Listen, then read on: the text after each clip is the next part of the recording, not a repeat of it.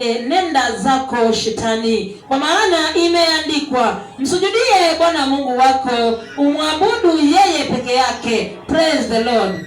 Ati umsujudie Bwana Mungu wako, umwabudu yeye nani?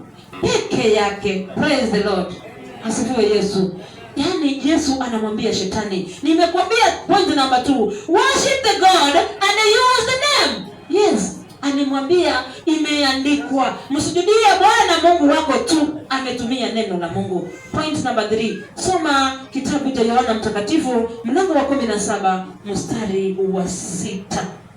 Inasema nini kuhusu matendo ama maabudu ya ukweli? 17 chapter number 17 verse 6 inasema nini kuhusu mambo ya roho na kweli?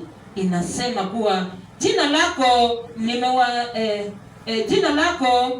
nimewadhihirishia watu wale ulionipa katika ulimwengu, walikuwa wako ukanipa mimi, na neno lako wamelishika.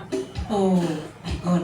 Anasema kana kwamba yeye amewapea neno, amewapea the true worshiping, amewaambia haya ndiyo yale ambayo utakaoyabudu. Maana wale watu waliokuwa wa Mungu amewapa mwana wake. So haya ni mambo ya Yesu Kristo. Anamwambia Mungu anapoomba, mimi nimetimiza yale wale ulionipa wako ukanipa wakawa wangu, nimetimiza. Praise the Lord.